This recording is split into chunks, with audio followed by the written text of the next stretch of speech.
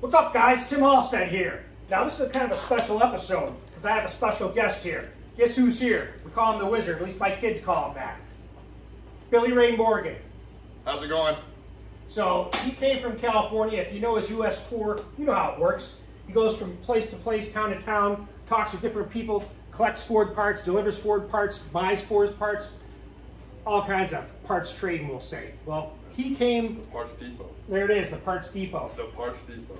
He came from Georgia. I think it's Loganville is where Jimmy Huff is.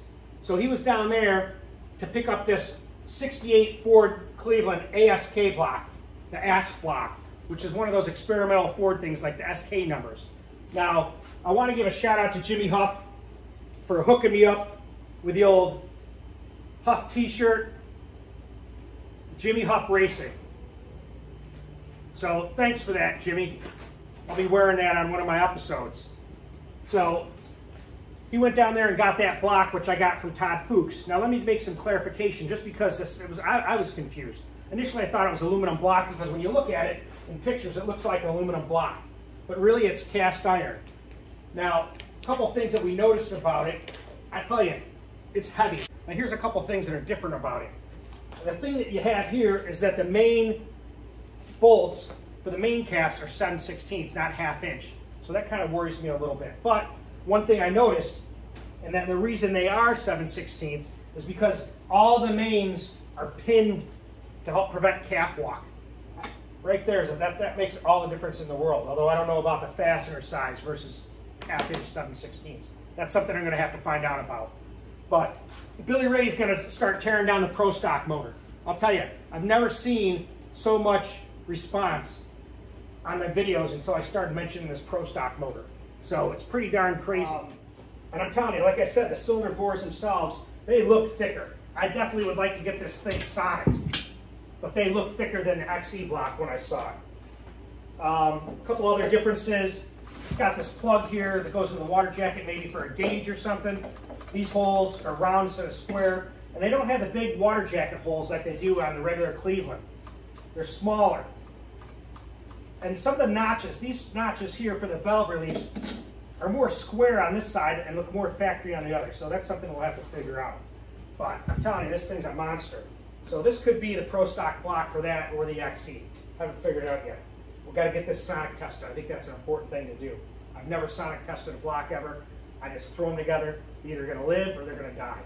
Hopefully you don't lose too much carnage. Now, I also got this from Todd Fuchs. And this is a Pro Stock oil pan. It's got a bunch of trap doors in it. You can hear them shaking. You can see one right there. Nice. I love this thing. But this should be for a rear sump though too. So that won't fit in the Cougar, I don't think, obviously with the cross member and the way the steering's set up. But you know what? Anything can be changed. So I'd like to maybe use this oil pan on this build and kind of make it look as close as I can to the original Pro Stock. But like I said before, I'm going to modernize. I'm not going to have stud girdles, you know, and guide plates. I stopped using those 15 plus years ago. Just extra weight on everything. So he's pulling this down. We kind of looked at the block, and I appreciate that. Let me tell you something else. So I've been talking to Darin Morgan. You know, I talk to him a lot, and he's with Mast Motorsports. So I'll kind of give you a little story. He worked for Bob Glidden back in the day. He was part of the crew.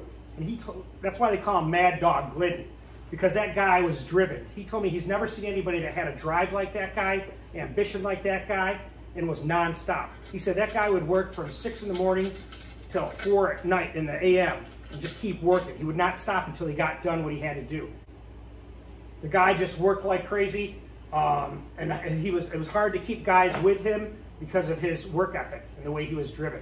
So the other thing is that people would work for him, and then there was issues about taking his information, proprietary information that he developed with cylinder heads, and then giving it to other people. You know, the same thing goes on, you know, with super stock racers today, any Pro Stock classes, probably any of them. They hide their intakes, just like Glidden had when he was racing a big block Ford. And that rollover, after he gets out of the car, the first thing he did is put his coat over the intake. and I have a picture of a big block, a 429 motor he raced, where he has a sheet metal intake cover, or a sheet metal cover covering the intake. It's hard to see, but then you can see the edges by the runners. It fits perfect. It's kind of cool. And the same thing was about that intake with this UR19, is that the guy said it had a cover covering it to kind of protect it so you couldn't see what work was done. But back to the story.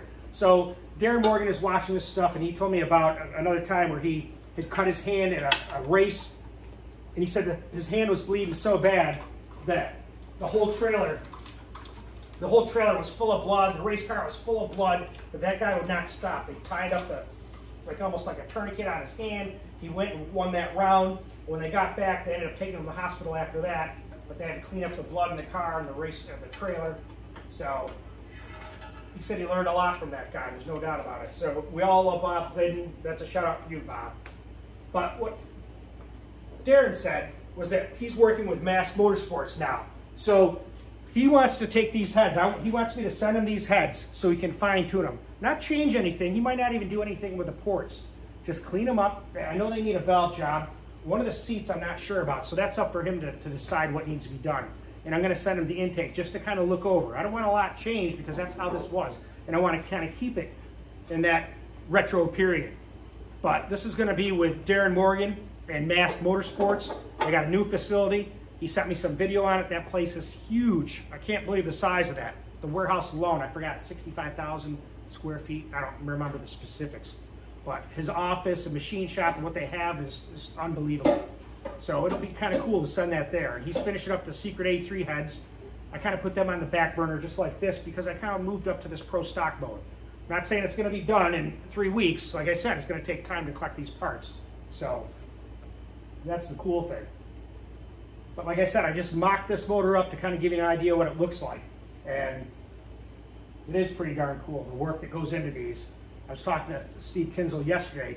I mean, the amount of man hours is just, it blows me away. It's got to be, 120, 200 man hours in a set of heads and intake with the work that's been done. So I can't wait to see how much horsepower these things make.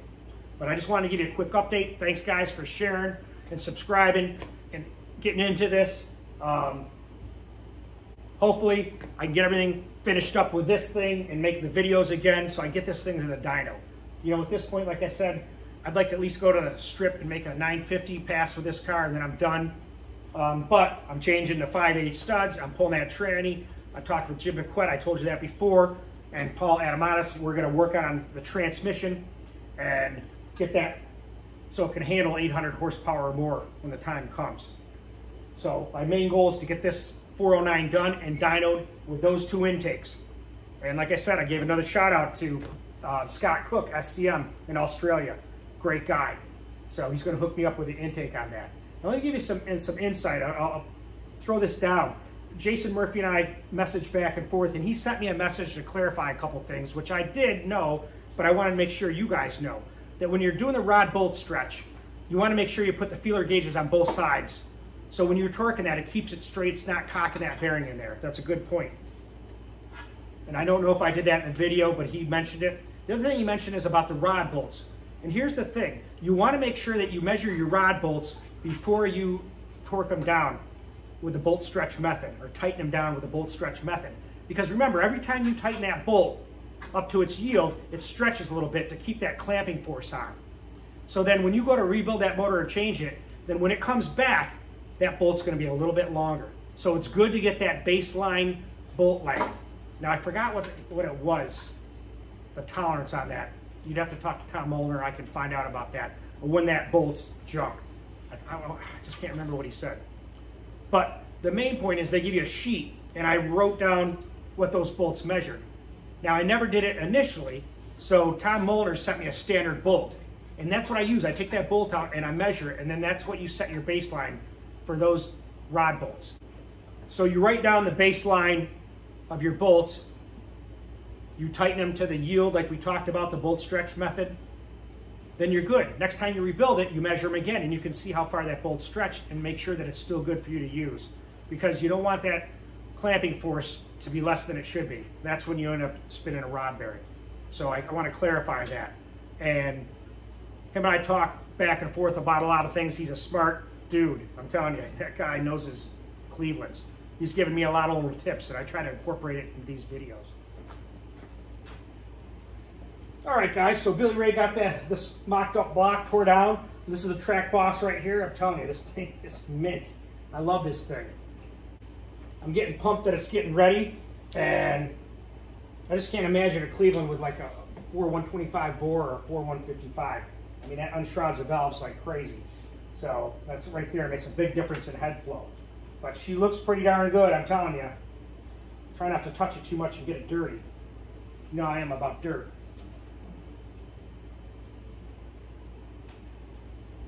Looks nice. So my goal is to get this thing ready and hopefully get it to Canton Automotive Machine Shop within the next 2 months, month.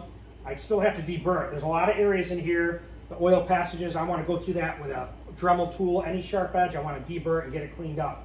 And me doing that is a lot easier than having those guys at CAMS or Canton Automotive Machine mess with it. Keith Decker. I don't want to have him to do any extra work with it. And I like doing that. I want to take the time. I want this thing to be perfect. So that'll get going as soon as I get this done. So I appreciate you guys tuning in. Stay tuned for Pro Stock Mania. I'm telling you, this thing, Pro Stock Motor's going to breathe some fire. What do you think, Billy? Hell yeah. There it is. Burn rubber. Yeah, burning rubber. That's my motto. I'll tell you, I did get some, let me make a quick aside. I did talk to someone, David Sargent is his name, and he sent me a list of all the changes that they did to Pro Stock heads. I mean, I think it's like 15 different procedures or processes that they did. So I'm going to try to take a picture of that and put it on here. And thanks, David, for giving me that information. Stay tuned, because I hear Cleveland's make power.